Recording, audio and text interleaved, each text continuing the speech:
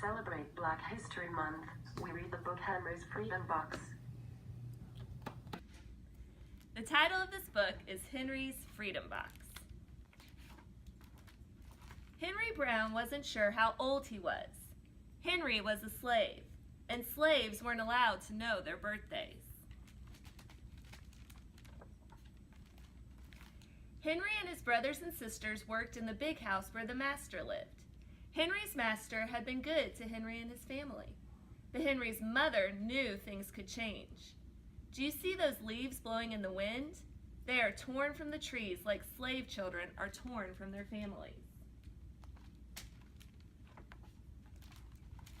One morning, the master called for Henry and his mother.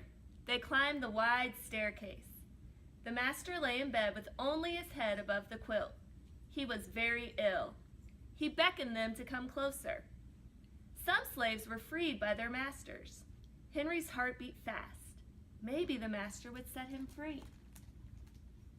But the master said, "You are a good worker, Henry. I am giving you to my son. You must obey him and never tell a lie." Henry nodded, but he didn't say thank you. That would have been a lie. Later that day, Henry watched a bird soar high above the trees. "Free bird, happy bird," Henry thought. Henry said goodbye to his family. He looked across the field. The leaves swirled in the wind.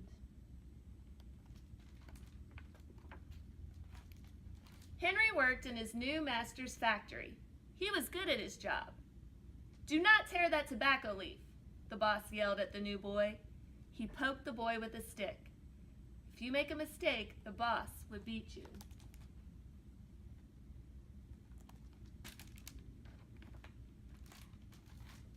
Henry was lonely.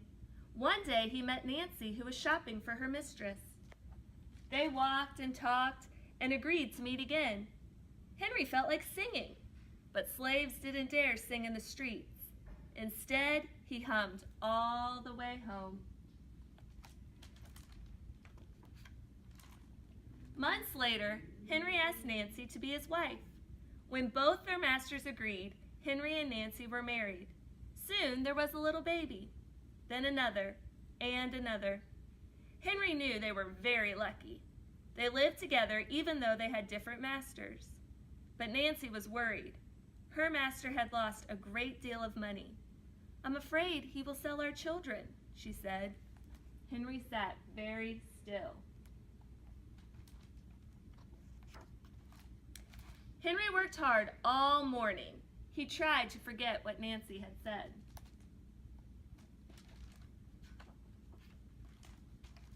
His friend James came into the factory. He whispered to Henry, "Your wife and children were just sold at the slave market." "No!" cried Henry. Henry couldn't move. He couldn't think. He couldn't work. "Twist that tobacco." The boss poked Henry. Henry twisted tobacco leaves. His heart twisted in his chest.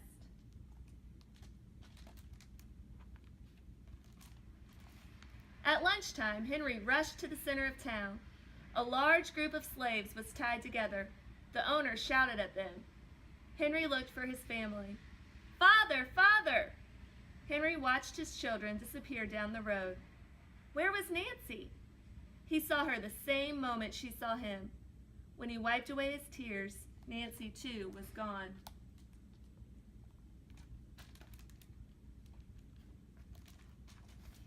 Henry no longer sang.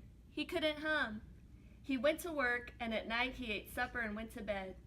Henry tried to think of happy times, but all he could see were the carts carrying away everyone he loved. Henry knew he would never see his family again.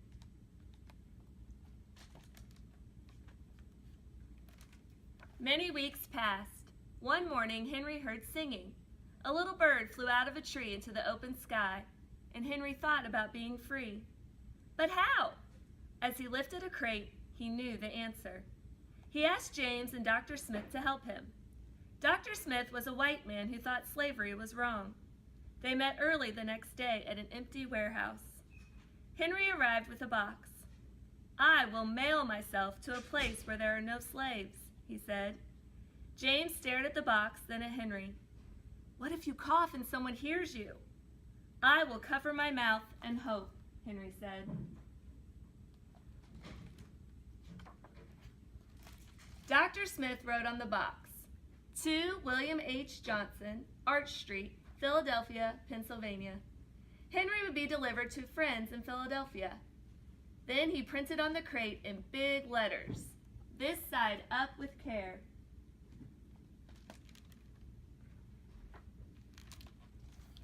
Henry needed an excuse to stay home or the work boss would think he had run off.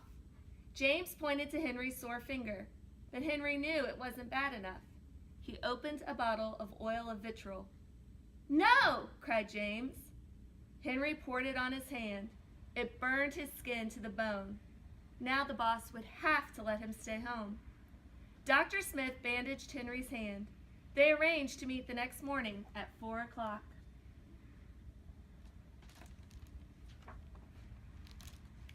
The sun was not yet up when Henry climbed into the box. Ready, he said. James nailed down the lid. Dr. Smith and James drove to the station. The railway clerk tipped the box over and nailed a paper to the bottom. Dr. Smith begged the clerks to be careful, but they didn't listen. They threw the box into the baggage car.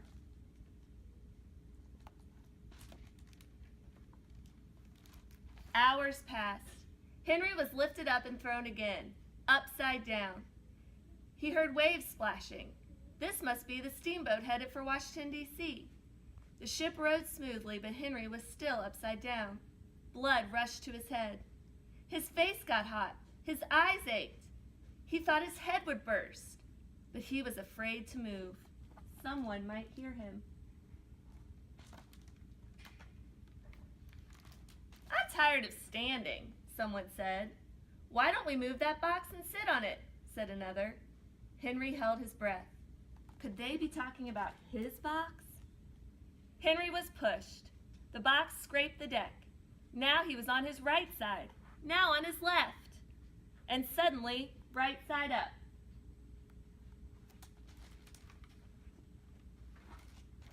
What do you think is in here? Said the first man. Mail, I guess, said the other. I am mail, thought Henry, but not the kind they imagine. Henry was carried off the steamboat and placed in a railroad car, this time head up. He fell asleep to the rattling song of the train wheels.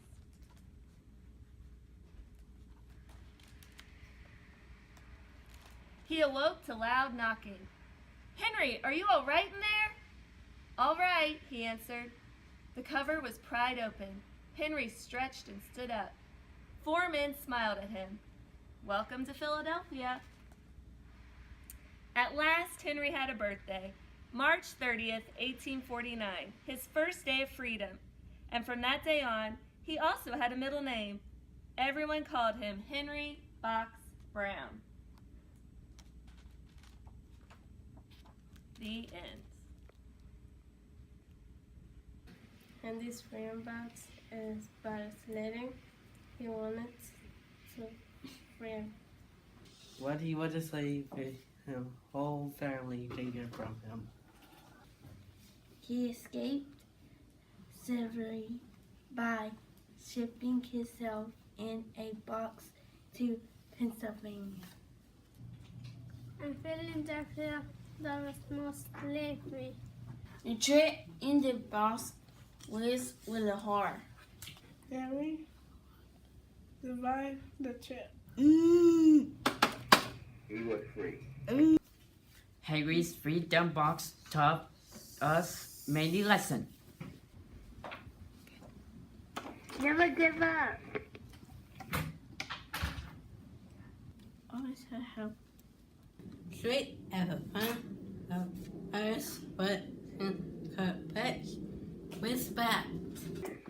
Stand up for yourself and others. Learning to push through everyday struggle. To be brave, Stop. even when you're nervous. To help others, even though it's a sacrifice. To not let others determine yourself read. We are glad we read the book to celebrate as such an important person and story for Black History Month. You should too.